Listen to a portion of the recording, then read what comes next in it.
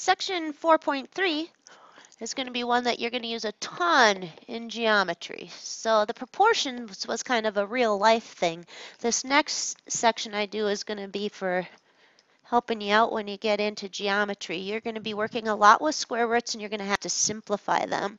So right here, I can simplify square roots.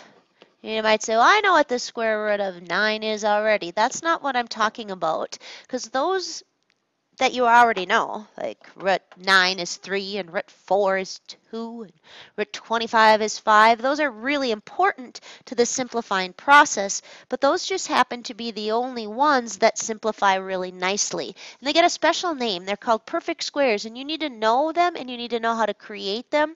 And if you don't, you need to write them all the time on the top of a worksheet, because these are your besties when you are simplifying square roots. Perfect squares. I'm going to ask you when you come up with your notes, what is a perfect square? There's a whole bunch of them, and they start with 1. But 1's not helpful, so we don't usually write it down, but the first perfect square is really 1. 1 times 1 is 1. The next perfect square, though, is 2 times 2, which is 4. The next one is 3 times 3, which is 9. And notice how I'm creating them. I haven't memorized them.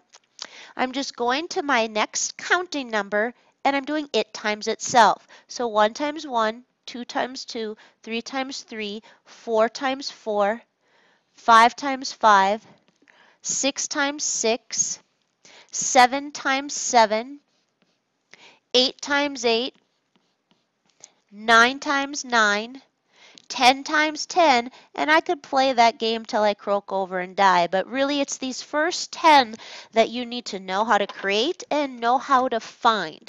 This is never helpful, so although it's a perfect square, it's really not going to help you out very much. So what I'd like to do here is talk about why we call them perfect squares. Don't do this in your notes. I'm going to put it in green, and green is my naughty pen, and don't put it in your notes, but this is why they're called perfect squares. They're the only ones you actually know the roots of without going to a calculator. If I said, what's the square root of 4, you would tell me 2. But if I said, what's the square root of 5, you'd go, I don't know. I could go to my calculator and make it a decimal, but I don't know what it is.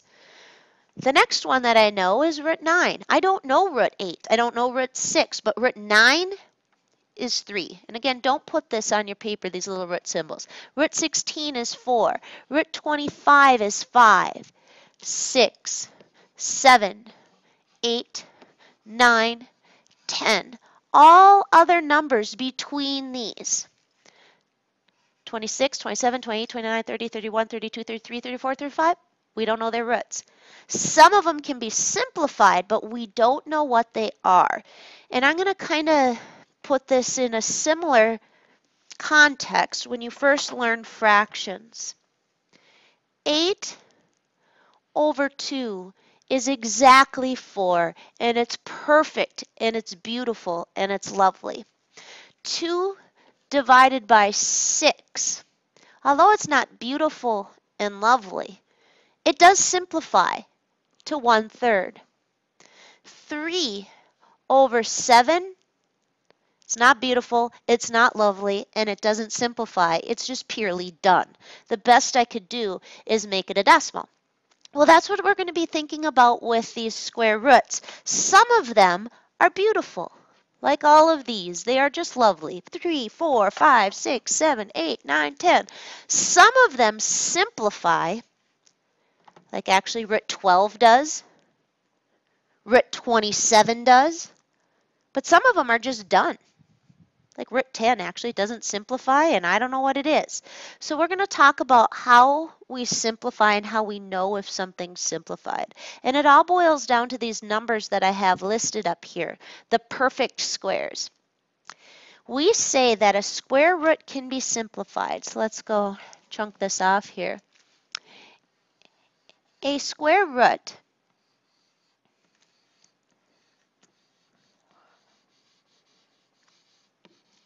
can be simplified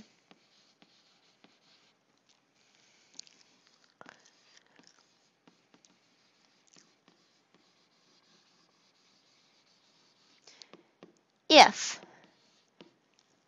All right, so I'm going to let you get that written down because this is important to the whole process.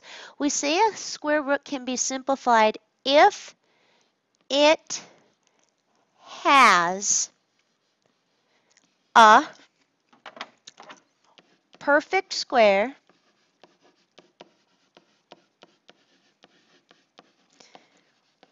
oops, I forgot my A. If it has a perfect square, one of those numbers, factor. Or basically, if it has a perfect square hiding in it. If not, we say it's done. So what do I mean by it has a perfect square hiding in it? I'll talk about one that is simplified and one that is not. The square root of 10, although 10 is one of the nicest numbers in our number system, it's even kind of the number that our whole system is created around, the tens, the hundreds, the tenths, the hundredths. Root 10 is done, and here's why. The only factors of 10, besides 1 and 10, are 2 and 5, and those do not live in this list. They are not perfect squares. So root 10 is done. It's kind of like that fraction I put over here of 3/7. It's done. If you were to tell me to simplify that, I'd say, forget you, I can, it's done. But if it was 3/6, it's not done. Same with roots. This is considered done because it does not have a 4 in it, or a 9 in it, or a 16 in it. Nothing goes in there except 2 and 5, and they're not in my list, so it is just done. The square root of 8 isn't done. Because when I think of the factors or the numbers that go into 8, besides 1 and 8, you don't need to consider the number itself. The only numbers that go into 8 are 2, which isn't in my perfect square list, and 4, which is. So this is considered not done because it has a 4 hiding in it. So now we'll discuss, well, what do we do in that situation? Then how do I simplify it? So I'm going to kind of erase this. You can just keep writing or move to the back. So let's talk about how we simplify it. So let's chunk that off again and write how. How do we simplify it? And I'm just going to take that root 8. Once you know or have found one of those perfect square numbers hiding in yours, what you do is you break it up into the square root of the perfect square. So, and I want you to put that one first. So we said that 8 has a 2 in it and a 4 in it. This is your bestie. You might say, why? Because I know the root of it and it's in my list. So I break it into root 4 times root 2. So I'm going to put root perfect square times the other number. Once you've done that, this you'll know. I know the square root of 4 is exactly 2, so I write it down. The other one I don't know, so I just write it down. Okay, so root 8 and 2 root 2 are actually the exact same number. It's just that this one's considered simplified. Same over here, 3/6 and 1/2 are the exact same number. As decimals, they are both 0.5, but this one's considered simplified. So that's what we are doing. We are now simplifying roots, and I want to leave those perfect squares up there. And again, let's remember what the process is. We find a perfect square factor that's hiding in our number. If we can't find one, it's done. So we're just going to keep the numbers kind of small today. And there's 2 days of notes and 2 days of worksheets with this, or 2 sections, probably not 2 days. So I'm just going to do 3 really small numbers, just get you kind of used to it. We're going to do root 12, root 18, and root 50. We're going to simplify those. So I'm on a hunt. I'm on a hunt for any perfect square that's hiding out in the number 12. And you might say, it's 2 times 6. Well, yes, 12 is 2 times 6, but those aren't my bestie numbers. Those aren't ones I know. I don't know the square root of 2 without going to my calculator and rounding it and making a decimal, and I don't know the square root of 6, so it's not helpful. If I break it into root 2 and root 6, I take one root I don't know, and I end up breaking it into 2 roots I don't know. That's not what I want. I want to find something I know the root of hiding in 12. So as I look through my list, it should kind of hop out at you that 4 is in 12. So I write it as the square root of 4. I put the perfect square first. We do root PS times root of the other number. My perfect square hiding in 12 is a 4. My other number is a 3.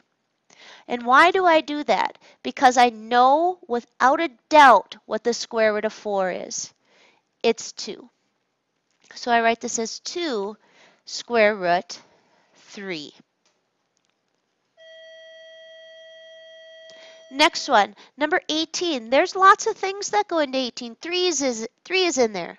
Yes, but it's not one of my besties. I'm looking for these. I can't tell you how many times for a semester I would have people break root 20 into root 2, root 10. That's not helpful. We don't know those. I want one of these numbers that is hiding in 18. Is 4 in it? Is 9 in it? Is 16 in it? By the way, you never need to look past halfway. I'm going to repeat that. If you're truly just searching your list, never search beyond half the number. Half of 18 is 9, which means I do not have to consider the list past 9. And actually, 9 goes into 18 2 times, and I put my perfect square number first because I know its root. The square root of 9 is exactly 3, so I write this as 3 times the square root of 2. And those are considered simplified. If I went to my calculator and did the decimal for this and the decimal for that, they're identical. The next one, root 50. 5 times 10, not helpful. What number in my perfect square list is hiding in 50? I cut it in half and I don't look past that.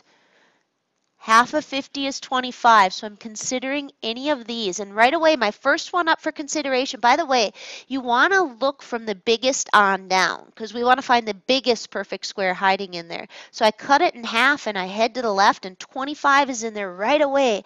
It is in there twice. And I write that perfect square first because I know that the square root of 25 is 5.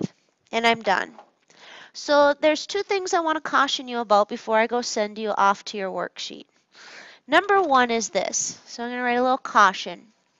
Now that we're working with simplifying these, don't forget the basics. If I just say what's the square, there we go. What's the square root of 36? It is a perfect square. It is still 6. It's always been 6. It won't change to anything else. So if I outright give you a perfect square, then do it. Don't do anything weird.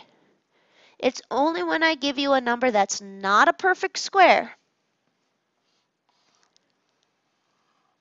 like the square root of, say, let's do a fun one here, 32. I don't know that one. But maybe one of these in my bestie list is hiding in it. And remember what I do. I don't look past halfway. So 32 cut in half is 16. And I start right here. Does 16 go into 32? And the answer is yes. If the answer had been no, I'd try 9. Some kids will say, oh, 4 and 8. Here's what the deal with 4 and 8. Yes, 4 is a perfect square, but it's not the biggest. Here's why. 8 still has a 4 hiding in it. So if you start and look from the bottom forward, you might miss the biggest one. So I like to cut that in half and I start my consideration with the number 16. It goes in there. It goes in twice. The square root of 16 is exactly 4. And this is what some people do first semester. They would say, yeah, but root 4 is 2. The number 4 is still 4. It's not root 4. It's like if you guys are 16 years old and I said, how old are you? You would say 16.